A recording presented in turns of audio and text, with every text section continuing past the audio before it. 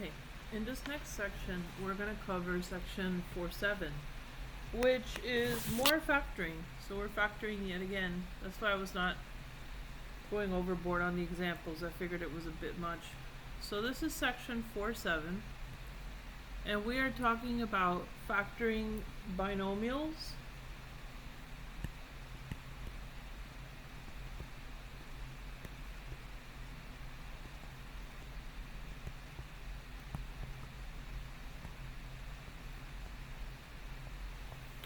So we begin with example 1.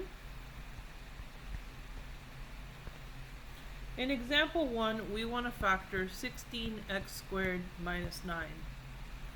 Before I do that, I want to remind you that this is what we call the difference of squares. So if we have x squared minus b squared, we would factor this to be a plus b, a minus b, and what happens is these two terms cancel out.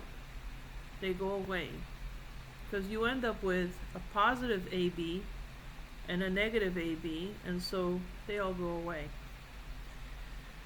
You're only left with the a squares, and notice this is a negative, because a positive times a negative is a negative, and this is b times b, hence your b term is squared. Okay? So for this example, if I took the square root of both sides of this equation, I would have the square root of 16x squared minus the square root of 9. And so this would simply be, notice that I'm doing two parentheses with a plus and a minus.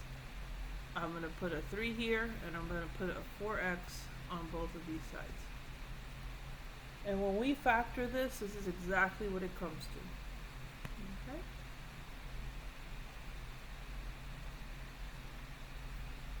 In example 2, it's more of the same. You have 98 c squared d minus 50 d cubed. Now, you've heard me say this before, and I've said that sometimes you can factor something out to continue forward, and that comes with your number sense. I immediately saw the 98 and I was thinking 2 times 49, and when I saw the 50, I know that 2 times 25 would work. Then I look at the letters and I see that this does not have a c term over here. There's no c, but both of them do have a d term, and this is a d to the 1.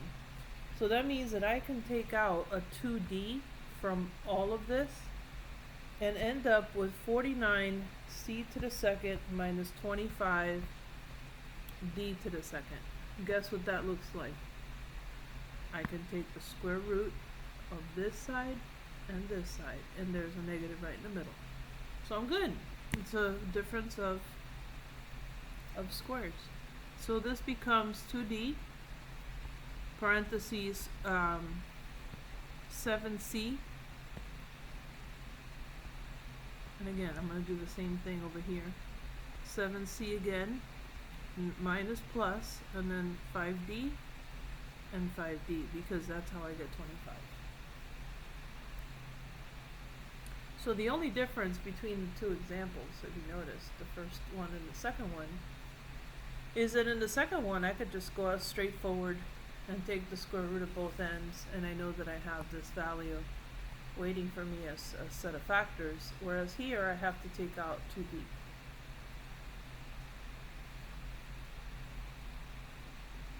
Alright, let's look at example 3. In example 3, we're doing the same thing. We're factoring the binomial, but this one has a little quirk. You do notice that I will factor this out, so that this is z to the second and this is z to the second. It's still a plus minus, and I have a 9 and a 9 on either side. But look at this carefully. I know I cannot factor this further because there's a plus there. But look at this side. Can I take the square root of both sides, and can I factor it because there's a negative here? Yes, you can. So your final answer for this one is z squared plus 9, z minus 3, and v plus 3. I'm going to put a little notch in here just to remind you that that's a z, not a 2. You know, you guys tease me in class.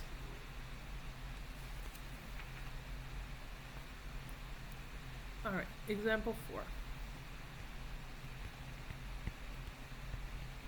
In example 4, we're still factoring, more factoring.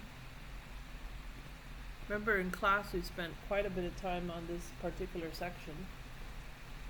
And so we have y cubed minus 6y squared minus 4y plus 24.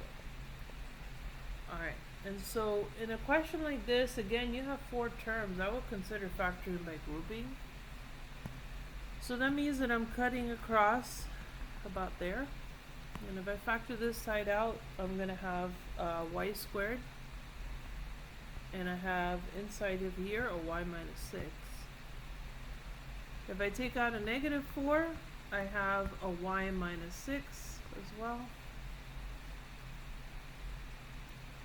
And now I need to group my terms together. So notice that I'm going to grab these two together. And I'm going to leave my y minus 6 over here. Here's my y squared minus 4. Alright, and so now I look at these. This is fine. This doesn't need to be factored. It is a y to the first power. I'm okay. But this I can factor. So I'm going to factor this as y minus 2, y plus 2, y minus 6. Final answer. Easy enough? I hope so. You can always ask me questions during class. We'll be in class together and you'll have me live.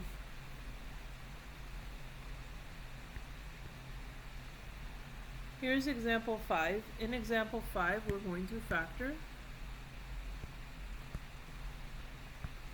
x squared minus y squared minus 6y minus 9. But I want you to notice this. This actually says factoring a 4-term polynomial by grouping 3 terms. And technically my 3 terms, I'm going to catch them just here. I'm going to catch them just like that. And the reason for that is, and I know that you're probably wondering why I included that negative. And I'm including that negative because technically I'm going to factor this right here. Leaving this as x squared, I'm going to take out a negative 1 and I'm going to leave in here y squared plus 6y plus 9. And in doing so, I now can factor this further, where this becomes x squared minus, I don't necessarily need the 1, you know it's there, and this is y plus 3 squared.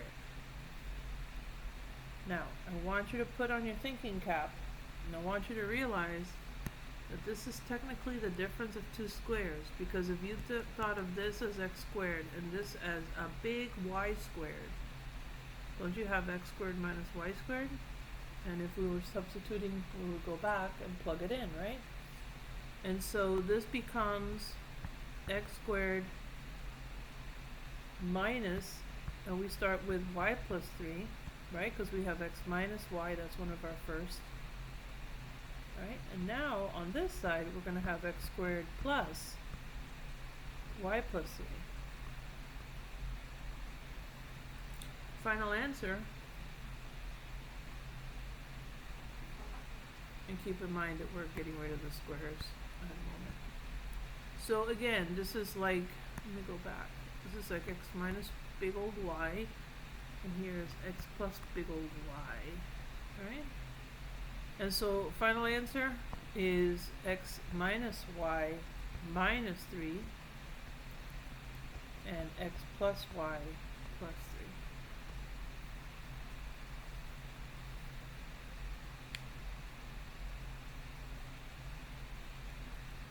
Alright, let's talk about cubics. So in cube terms, when a cube, sum of cubes, difference of cubes, you need to remember if I have a cubed plus b cubed, that this is really a plus b.